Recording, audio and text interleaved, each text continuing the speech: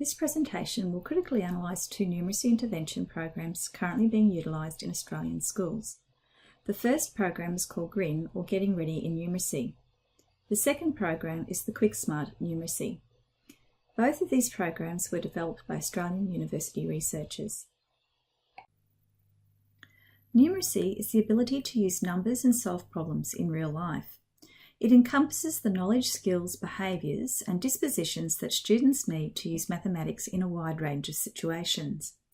The Australian curriculum identifies numeracy as a general capability that should be embedded across learning areas. In doing so, students will develop the skills required to transfer their mathematical knowledge to contexts outside the classroom. Intervention programs can be classified into three groups or tiers. Strategies or instructional programs delivered to a whole class and designed for all students are considered Tier 1 interventions. Tier 2 programs focus on students identified at risk of not achieving at expected levels and involve small group instruction, whereas Tier 3 intervention programs are more intensive individual interventions for students at high risk or with learning disorders. This presentation will focus on two programs which involve small group instruction for students with low attainment in mathematics. The GRIN, or Getting Ready in Numeracy intervention program, was developed by Victorian researchers at Monash University. It is a withdrawal program for students identified as having low attainment in mathematics. The program involves training selected teachers or teacher aides as GRIN tutors, who then work with the identified students in small groups. The basis of the program is to familiarise students with the content and strategies before they are introduced in the main classroom. The initial research project targeted students in Year 3 and Year 8. However, it is now promoted as an intervention program for students across all year levels.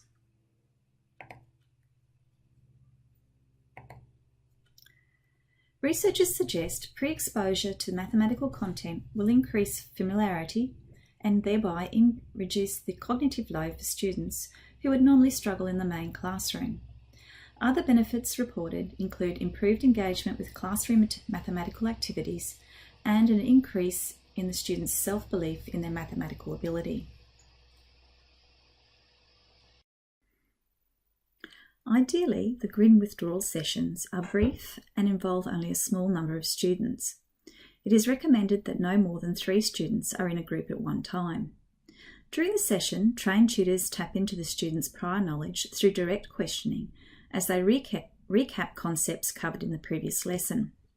Thus, it is essential that classroom teachers and their GRIN tutors have a good working relationship, as the tutor is priming the student for activities that their class will engage with in following classes. Tutors also introduce students to subject-specific language and vocabulary. It is suggested that this minimises the cognitive load on students caused by unfamiliar language. Other strategies employed by tutors include modelling number strategies and activities that are to be undertaken in the next class.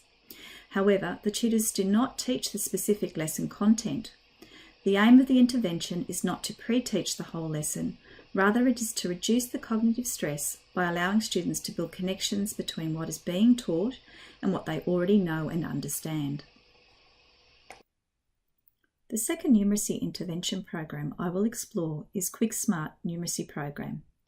Similar to GRIN, this program is designed by an Australian university and is based on a project delivered by the University of New England. Like GRIN, this program is a withdrawal program for students with low results in maths. This approach also aims to reduce the cognitive load on students with poor academic performance. However, its focus is not on specific classroom content, rather on improving the retrieval of basic number facts. The target group for Quick Smart Numeracy intervention includes students in Years 5 to Year 8 who are in the lowest 30% of the achievement range.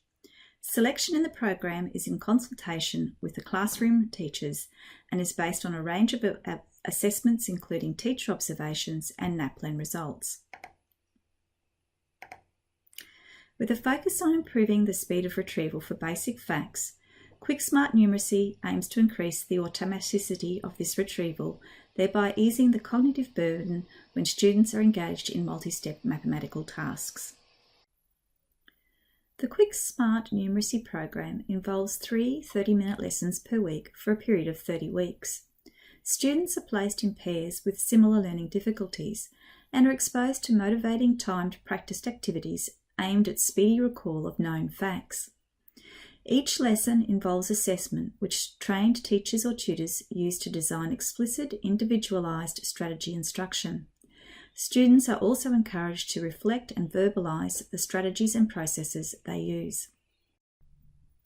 During the withdrawal sessions, tutors use activities to consolidate strategies for calculating number facts. They use prompting scaffolds, flashcards, and timed spreadsheets.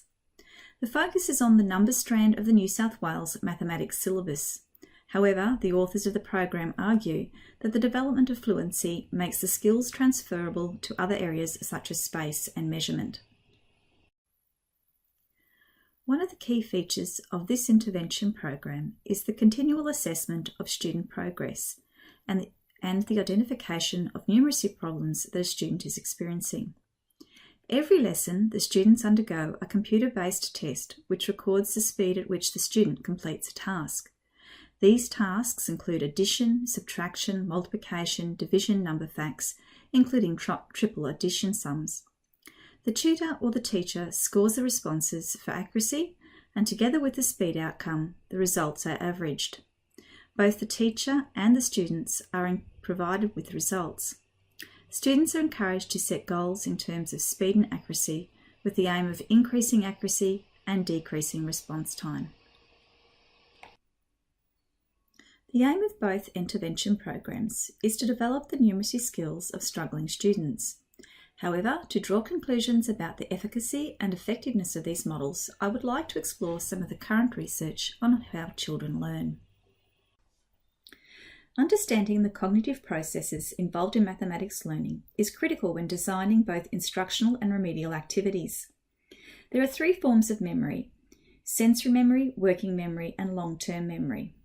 Sensory information from the environment is briefly held in the sensory memory before being transferred to the short-term working memory. Working memory is being utilised when we are consciously aware of information.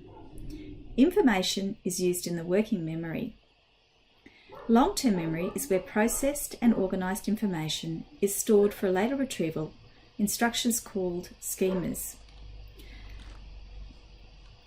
Cognitive load refers to the amount of working memory used when processing information. Students experience varying cognitive loads as they make sense of incoming mathematical information. The size of the cognitive load or effort required depends on the schemas stored in their long-term memory and the number of steps involved in a task. Working memory is where our brain solves problems.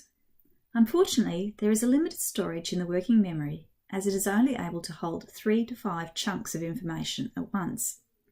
Being short-term memory, those chunks of data are retained quite briefly. Thus, if processing new information to solve a problem requires greater than 5 elements, the cognitive strain or load increases. If a task exceeds the mental resources available in working memory, then cognitive overload will occur.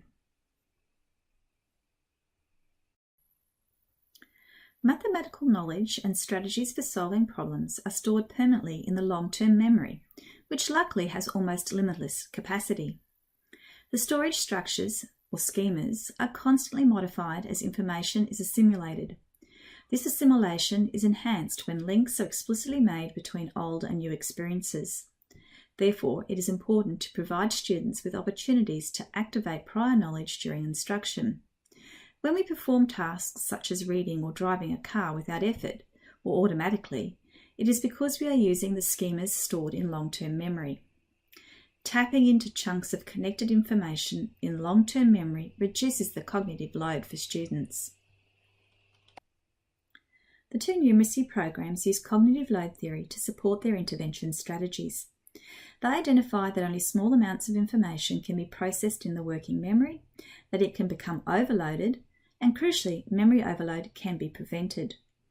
They differ in their approach to reducing mathematical cognitive load. GRIN aims to activate prior knowledge stored in the long-term memory.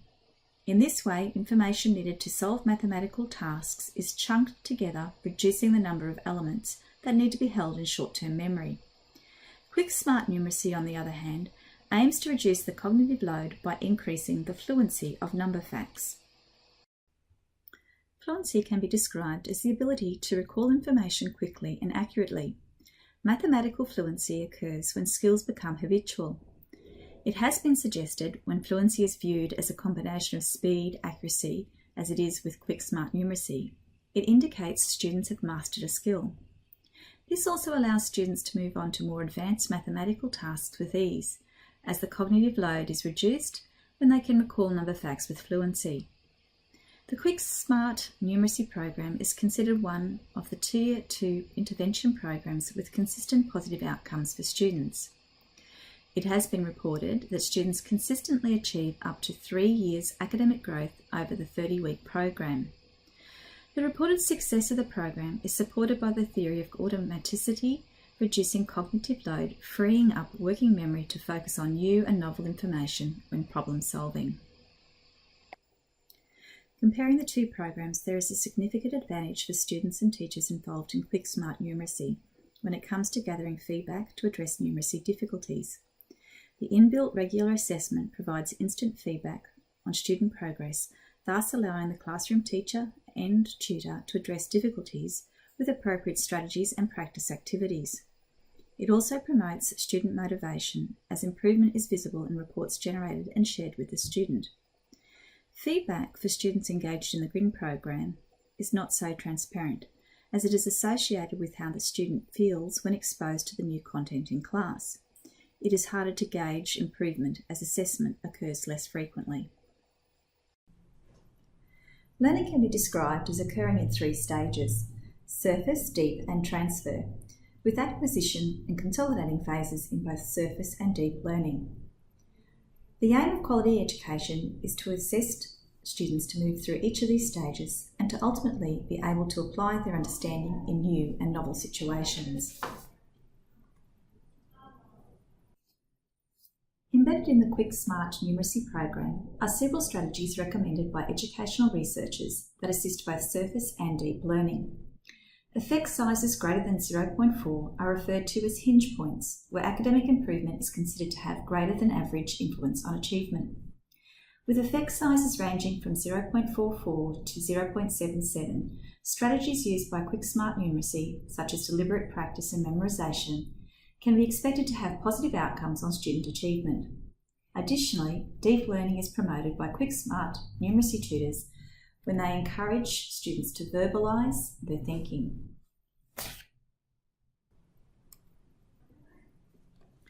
The 2 programs explored in this presentation are small group withdrawal programs. They use techniques to reduce the cognitive load by preparing students for classroom activities. However, their approaches are different. GRIN focuses on content directly linked to lessons, where Quick Smart Numeracy works on the premise that learning in mathematics is easier when you recall without effort basic number facts involved in a task. Both programs have costs associated with the training of teachers and tutors, which could impact on the sustainability of the programs. Additionally, the Quick Smart program has costs associated with the CAAS assessment system. I'm currently working across many schools. Therefore, my recommendations are general in nature. Ideally, I would like to see schools use a combination of the 2 programs: a withdrawal program that develops fluency and provides students with a sneak preview of the key terms and strategies that will be explored in class. I would also recommend using verbalisation strategies not only in the withdrawal program but in the normal classroom to strengthen understanding. One powerful strategy that Quick Smart Numeracy uses is the regular monitoring of student progress that is shared with the student. I would love all students to be empowered with the knowledge of how they have improved and where they need to focus. Thus, I would recommend teachers share formative assessment with students regularly. Finally, both programs have the potential to improve student achievement and are supported by current research into effective learning strategies.